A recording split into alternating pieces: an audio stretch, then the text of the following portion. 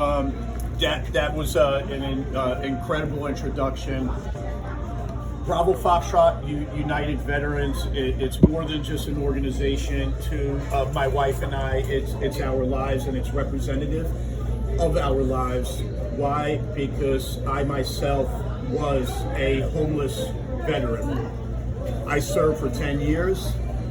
Not only did I serve, but I reached the top levels of our country's military. I served in the Chief of Naval Operations, Priority 1 Command. I held a top secret clearance, which is very difficult to get. The government had invested hundreds of thousands of dollars in my training and in my clearance level.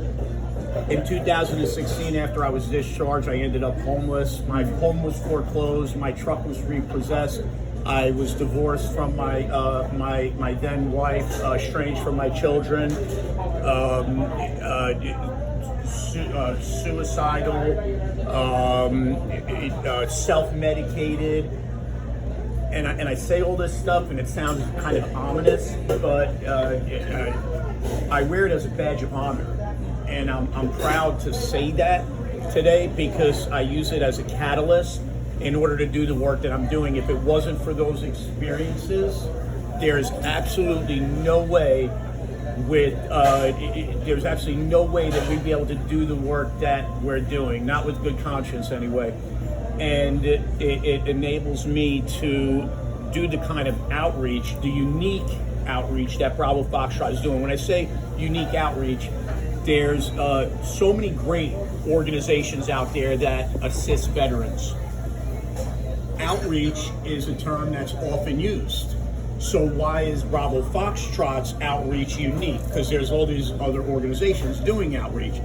Well, I'll tell you what, because there's the type of outreach we do is what I say is it's like a field medic in the military.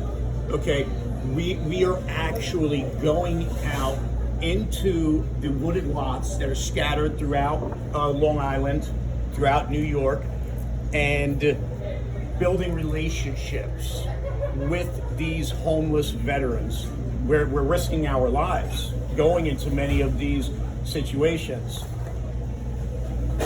But it's a beautiful thing because it's innovative. It's brand new. Nobody's ever done this type of work before to the extent that we're doing it in, and we're really proud to be pioneers in this endeavor. And So many people. What's that? It's helping them in different ways. It's my wife was just saying it's helping the veteran community in so many ways. We've recently partnered with SUS, that's Services for the Underserved. We've referred over 30 street homeless veterans to be housed over the past month. We work closely with FBR, Fusco, Brandenstein, and RADA. We've referred at this point over 50 veterans to get their benefits that a lot of these guys and women haven't received over being discharged for over 2 decades. If you think about that just for a moment, people are being discharged from the service and not getting the benefits that are rightfully theirs for decades. Many people have lived and died and not got their benefits that are available to them. And the thing is with all the information out there, the guys living in the woods, the guys sleeping at the train station, there's no way that they will have access. They're not going to have access to it. So how do we help these people? We need to go out there and save them. No soldier left behind, right? So that's a saying that many of us are familiar with, but somehow has seemed to be lost upon discharge. And hence Bravo Foxtrot United Veterans. Recently, we've been working very closely with Congressman Andrew Garbarino He has assisted us in with many cases over the last few months in being able to get veterans their benefits through the VA. He's actually doing a ceremony in Center Moriches this Saturday for several of our Vietnam veterans. On our website, if you go under Foxtrot.org and go under the events tab, you can see that event and many more. I don't want to take up too much time, so I'm going to go over one more very important event. It's September the 24th, which I know is the rain date for the car show. We're praying for good. We're really praying for good weather. Yeah, absolutely. But that event on the 24th, it's the Belmont State Park in North Babylon, and it's a Bravo Foxtrot event, and it is promised, pending weather, to include 250 just veterans and their families. It's not including anybody else who joins. We're talking about just veterans. That's huge for us. Great. Thank you so much.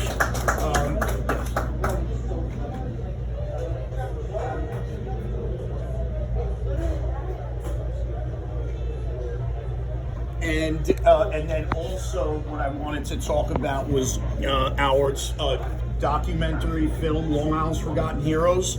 It is now on our website. It was self-funded documentary. It chronicles the work that we're doing, and it wasn't enough to go out and do it. We wanted to actually show the public this is what's out there. There are veterans, men and women who served the country, who valiantly served the country, responsible for all of our freedoms and sovereignty, that are living in the woods. One veteran, John Vasul, Marine Corps veteran, served in Vietnam, died, Massapequa train station, late last year, died at the train station. He was a Silver Star recipient, a Purple Heart recipient, with Valor. V stands for Valor. That's criminal. It's something that needs to change.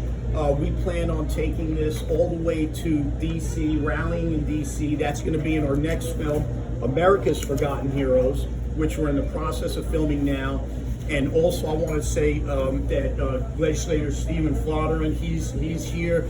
He was an integral part and has been an integral part of getting our organization to where it is right now. He's introduced us to so many good people within the town of Islips, within his district, and it has given us the ability to be where we're at now. We're really grateful. Jade, do you want to say Jade does my counterpart here? Not much of a speaker. We're going forward with the second film. We'll also be going around to different homeless camps, states, and trying to change the way that these people are discharged. Well, you say it better. How fit you have to be to go in. So, and I'll wrap it up with this. The Department of Defense, they make damn sure that every single service member is fit for full duty upon entry into the service, before deploying downrange.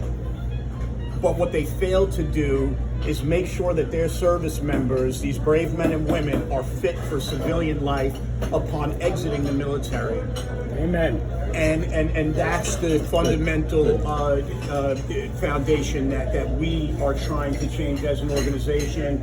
Thank you, everybody. God bless our troops, and God bless the principles that made our nation free.